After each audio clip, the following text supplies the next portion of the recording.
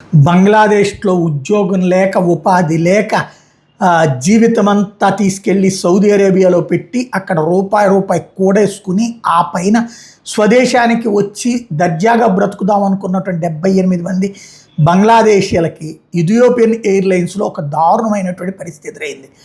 Saudi Arabia నుండి ఇథియోపియాకి transit అయ్యి బంగ్లాదేశ్కి వస్తుంది. అంటే సౌదీ అరేబియా నుండి ఇథియోపియాకి వచ్చి అక్కడి నుంచి ట్రాన్సిట్లో బంగ్లాదేశ్కి వస్తుంది.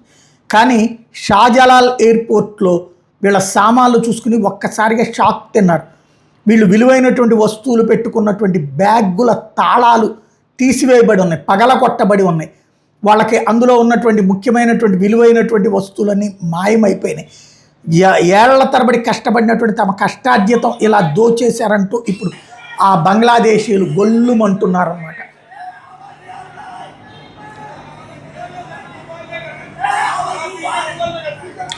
ఎయిర్పోర్ట్లో అలజడి సృష్టించారు. వీళ్ళ మీద కేసు పెట్టడం మరొక విచిత్రం.